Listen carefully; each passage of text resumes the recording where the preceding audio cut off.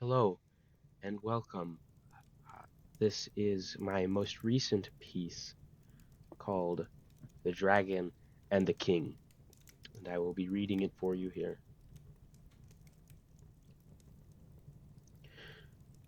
Through the pockets of the trees nestled firmly above his head lay the summer sun, crowning him in rays of ever-begetting light, traveling from the heavens above down upon his head, lifting up his chin to bask more divinely in the radiance of the Almighty was the man, Sir Frederick, or at least that is what he called himself. The sun, ever present through the ever dense and uneven rows of verdant, shined his hauberk of tightly knit mail. Upon his waist rested a bastard sword. Glinting was its name, and ever glinting was its blade. Moving were his feet through the linden and pine, travelling on was his motive. Ever present was the melody of fine music he had heard. So great a desire was a story he wished to tell that he could accomplish only through the battle-tested route of adventure and inquiry was a curiosity of sight, a wish to see the world in all that it could behold. Through the trees he moved like a fox with great speed and intensity, and as decided by him to find what was to be found, what the law of fate would befall him, felling trees to rest under the warmth of a fire's glow. How noble was he, of low birth and no renown! A scofflaw was he about the woods, and known to none but the evening sun and wandering moon. That was until he saw just where his journey would take him. In what way it would unfold was only one step away from him. This humiliation he refused to bear, and in his folly he continued onwards towards nothing. On the horizon of the second fortnight, a visage came upon his view, that of excellence. The image was bright and swarthy, caressing the horizon just above the view of those rolling hills the tall towers of destiny awaited. In one sight of the castle resting solemnly in the haze of the morning sun, and without hesitation he understood just what must be done. Although his mind betrayed his reason, that first step he laid to rest, stepping out of the edge of the forest, was just that, a step towards just what he knew he was looking for.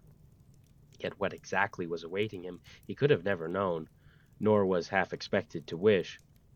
Stepping along the sides of the rolling hills under the regal gaze of that endarkened keep had crept a weary but obstinate Frederick, thought he. Forsooth, this castle where resides a king of noble bearing and proud demeanour doth bar me, a lowly and wretched soul, from entering its majestic confines.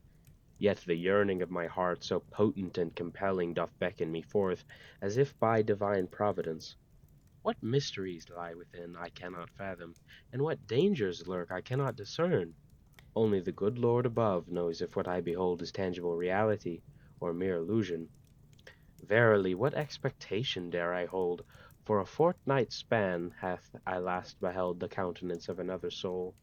Through the woods and under the boughs have I wandered, hastening along my path of solemn solitude, seeking that which inspires, striving to comprehend the depths of my joy, the unearth that which gives rise, to grasp the expanse of merriment, to emanate from my very essence, the essence of my being. What Odyssey unfurls, to uncover that which I must uncover, to endure that which must be endured, to pursue the unpursued, to witness the unseen, to face the fate that awaits me. How then shall I respond upon meeting my trials? Shall I shrink back or stand stout against the weight of tyranny? Is this fortress I approach but a figment of fancy, or solid stone and timber? How many questions must I pose before grasping but a single truth that lies beneath this veil of uncertainty? In what manner, through what guise, and by what path shall life reveal its secrets, beckoning me to embrace the wretched demise of this past and welcome the advent of a future ripe with ceaseless anticipation? Upon pondering these things, Frederick stopped dead in his path, beguiled as he felt the ground shake and thunder with a great and mighty power. Up arose from a thicket of ash, like a great beast of glory, a figure, or a shape of awful preponderance. It flew through the skies like a vulture, hovering above for a few moments until ultimately settling upon the top of a hill, balling up like a candid cat upon a hearth. Comforted in its motion of display was a dragon. Scales filled Frederick's nose as he beheld the great beast. Flesh, foreign and queer, fear ran cold against his own flesh, and in a wicked display of intense anticipation, the dragon's mouth opened.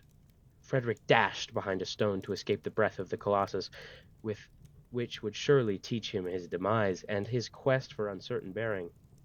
There he hid, paralyzed with a pronounced fear of the beast before him. Questions of doubt ran through his mind as his unguarded fortress, buttressed by the space around him, filled his mind. All joy leapt from his conscience. Hope fleeted. His will was demolished, and his bones withered and decayed. To his considerable surprise, the air remained cool. The sun unfurled, and in a moment the knight's strength regained him, and he dared to peer over the safety of his gibber and gaze upon the possibility of death. "What dost thou fear?" uttered the dragon through his snout, booming down the hill and into the ears of Frederick. "Be you a coward?" "Nay, fearless am I, for thou hast caught me unawares," spouted Frederick sullenly. "What seeketh thee, foul beast? To hinder my destiny? Dost thou aim to ensnare my inhibitions and shatter my will? What sayest thou? What preventeth thee from the edge of glinting?" The dragon, with great intensity, retorted, "To hinder it, nay, to exalt it. The path thou treadest is fraught with pride. Turn away." Vexed, Frederick turned red with anger, and in remittance he said, "Never shall I be held away from my destiny bestowed by the divine, neither by any beast nor by any man. Never shall I falter in the pursuit of my desire. Dost thou askest me to depart? Ha! Never will I change course. Never, never, never. If I must, I shall slay thee. I will kill thee. I will smite thee. I will tread upon thee as if it were nothing but a stroll. Then my rage, that which you have beset upon me, will leave my side. Then I will find what I wish, what I desire, and what I yearn for, under boughs and under trees. If I must, I shall tear through thee." And if possible for such a beast, it seemed morose. "Neither noble nor renowned are thee. Ye are a coward and a deceiver. Be ye alive tomorrow, ye shall be lucky." With this, the dragon dug its wings into the drag and heaved its heavy frame upon the skies. Frederick thought to himself his safety for a moment, and before he could step 1 foot, a terrible shrill had befell upon him. In an act of pure instinct, he drug his sword from the sheath and held the blade of glinting into the air. Against the sun the blade shone like fire, and Frederick stood firm. Plunged into the blade was the open-mouthed dragon, as it had dove into the false knight, and he had slain the colossus. Immediately he set upon the keep, and made his way upon the gate. The path was clear of beast and foe. His gaze fell upon a new conquest, that of beauty. Before him stood a beautiful young woman whose appearance and stature struck him of true, gentle bearing. Her divine radiance burned a forgiving glow. Frederick understood this not, and in his awestruck divergence he did understand that this woman before him was that calling to which he sought, and in one moment they embraced, and began to dance. Through flower and fold upon fertile ground sprung this blossoming affection growing within dear Frederick. "Mine eyes have looked upon thee, and in thy heart I beheld a beauty most rare. Yet upon thy countenance I see forgiveness, though I know not the trespass for which it be given. What sin hast thou pardoned, that even I know it not?" Frederick spoke with a pause, continuing before a response could be spoken. "Clinging upon my neck, I feel my despondence take leave. 'Tis thou who hast forgiven me? Thou who seest me for what I was in sooth born to become? It is thee, and thee alone, with whom I wouldst share my days, and with thee shall I step into the life that birth was mine own, a promise long forestalled. With thee I claim not love alone, but the dowry of destiny. In thy name I find not solace merely, but inheritance, and in thine arms the world that once denied me bendeth low and yieldeth." Her smile beckoned Frederick into comfort, and they danced into the evening outside the gate of that darkened keep. And soon they fell asleep along the hill of flowers and fertile ground. Frederick tumbled into a terrible dream, where that Titan was alive yet still, and slain him. All that was gained to him now taken away, it roared and howled as they were intertwined in combat, his visage growing weaker and weaker upon that plane of memory. And in the final moment of pain he awoke, terribly and with deep breath. Expanded on the birth of his vision, he looked and found his woman gone, and he stood as one forsaken. He heated in anger, and in one moment fell in despair. Labeled against the fancies and intricate mirth of this world, he slacked, and allowed her to be taken from him. The only thing before him now stood the walls of that blackened castle, and its impenetrable doors. It all seemed lost to Frederick until he bounded upwards and burst through the gates of that city with the air of false regality. And he ran steadfast into the current of the laden townsfolk, who, upon seeing the sullen and ragged nature of Frederick's appearance, all seemed to gawk and clamor.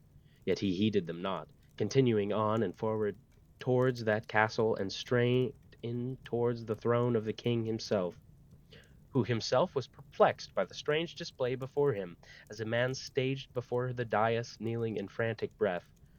O my noble and gracious king, by what cruel hand or dark decree was the gentle and fair beauty wrested from mine keeping in the silent watches of the night? No word was begot from the mouth of the good and noble king. What deed remains for me beyond the bending of my knee to rest the sorrow-born affliction of my soul?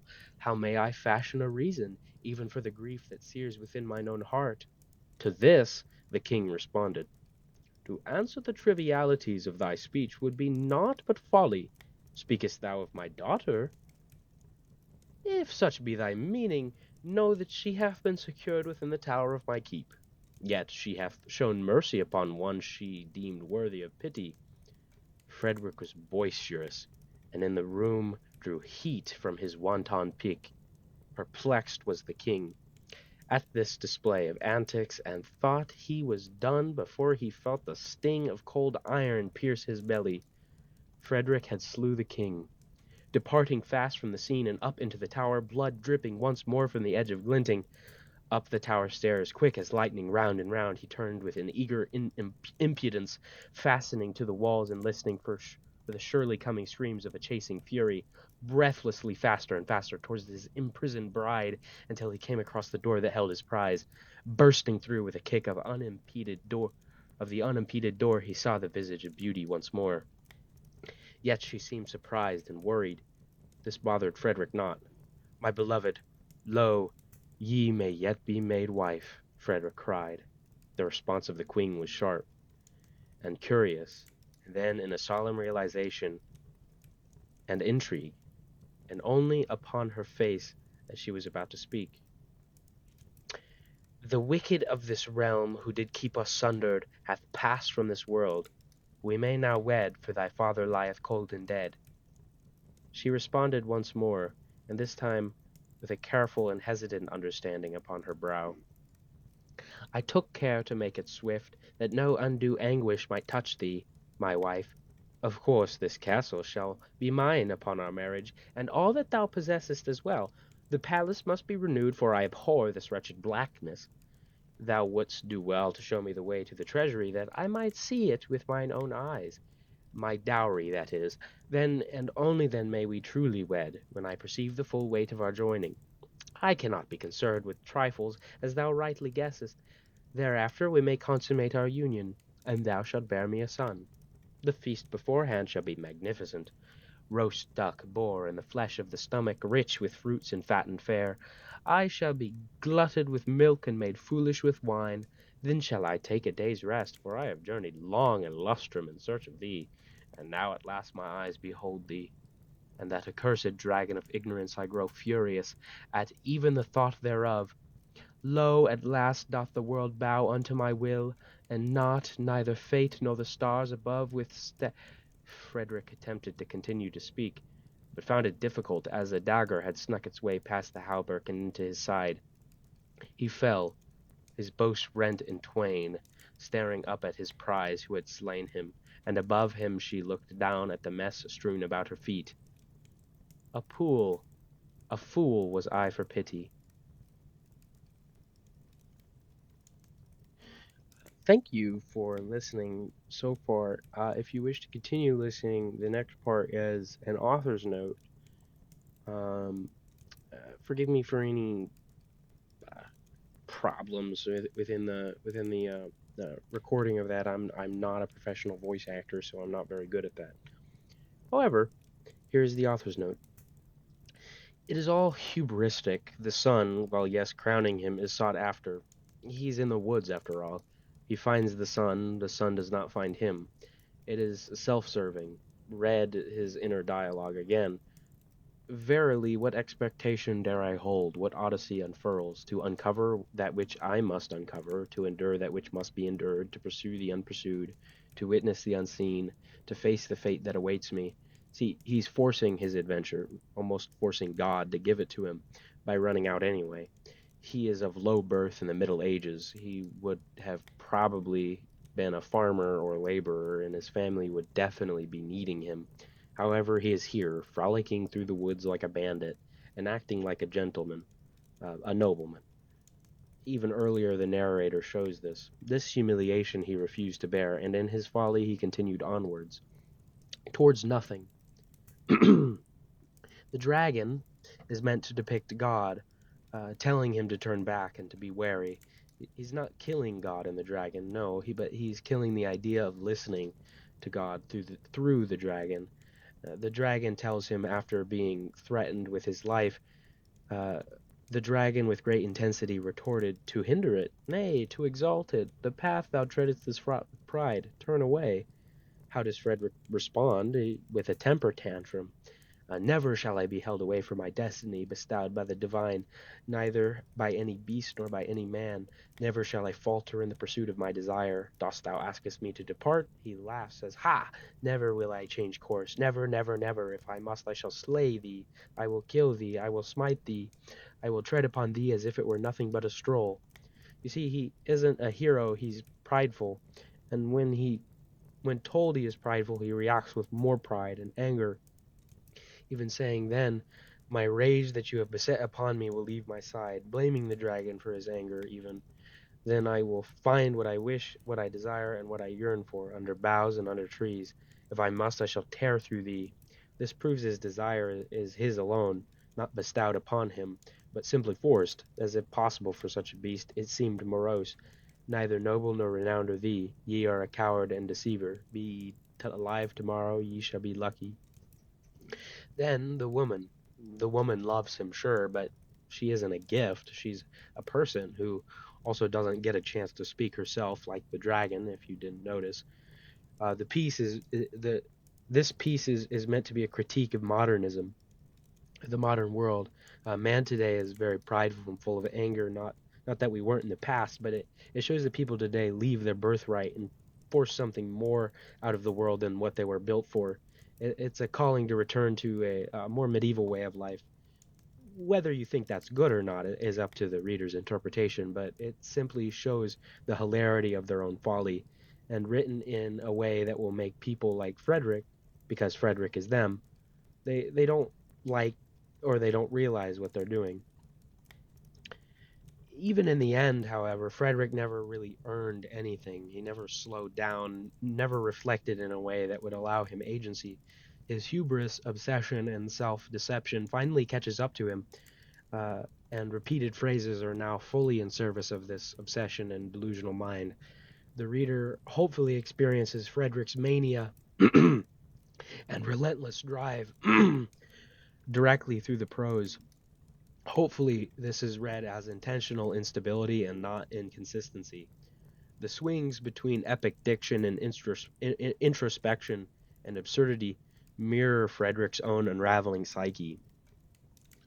The king's retort, yet she hath shown mercy upon one she seemed or deemed worthy of pity, is probably the reader's final comfort in any thinking that Frederick may be good in any way. This is probably my favorite line of the entire piece. Again, in Frederick's final moments, he does not allow the princess to speak. nor does he know anything about her even, and shows the reader the true nature of his depravity of actions, annotating the seven deadly sins before the reader in an incessant rambling of his very character, which is cut inexorably short by the princess finally killing the false knight. I'm not entirely sure what this may symbolize, the woman having only one line in the entire story, or even the woman killing her quote unquote savior. And I would be well pleased to find out, or if anyone would like to describe that to me in the comments, please do. I would love to hear it.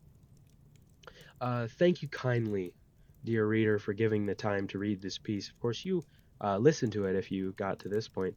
It has taken 3 long years, probably only 3 months if you count how much actual work went into it, to finish this piece. I hope you enjoyed it and got something out of it. God bless.